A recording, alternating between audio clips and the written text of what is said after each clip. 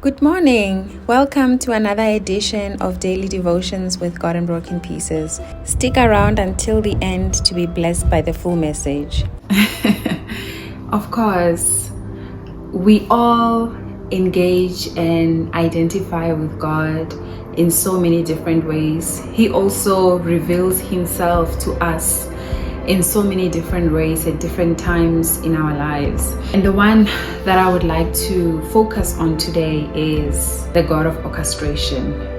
That is one of the names that I call him by because that is one of the ways that I have come to experience him. And I say this because many a times where we look for God in the big moments, where we sometimes only see God when we graduate out of high school or university, when we buy that house, when we buy that car, when we land that job, when we get married, when we have our firstborn, when he saves our lives from that accident, whatever big thing that is impossible or difficult to deny God's presence and God's orchestration.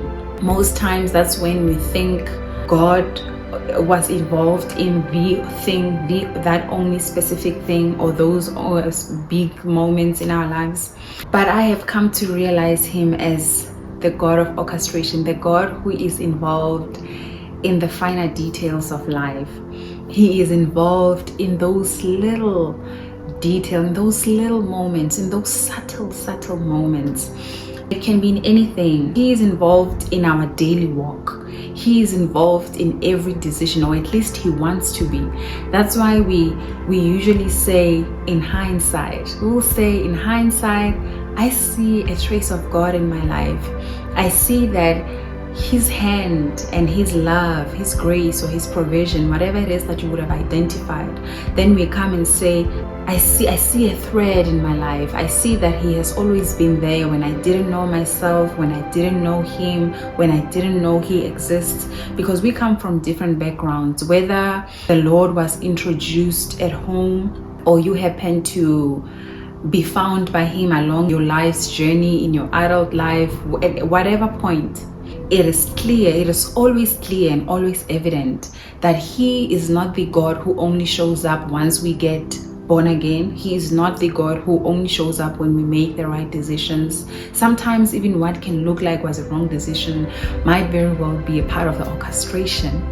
There are so many stories that I can make reference to, but this one caught my attention today, and I might just make a series where I highlight some other moments that also caught my attention as far as orchestration is concerned.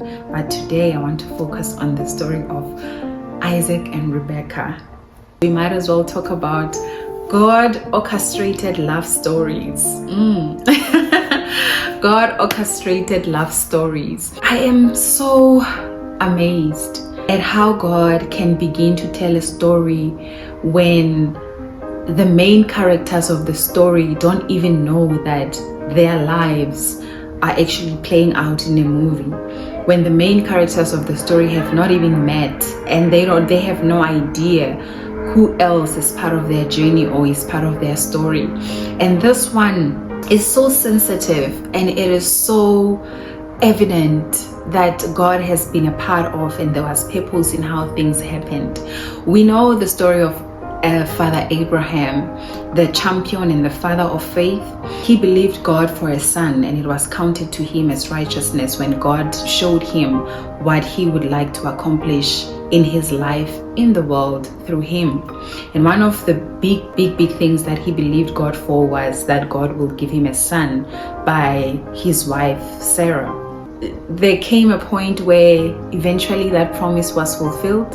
Isaac was born miraculously from a 100-year-old father, or to a 100-year-old father and a 90-year-old mom.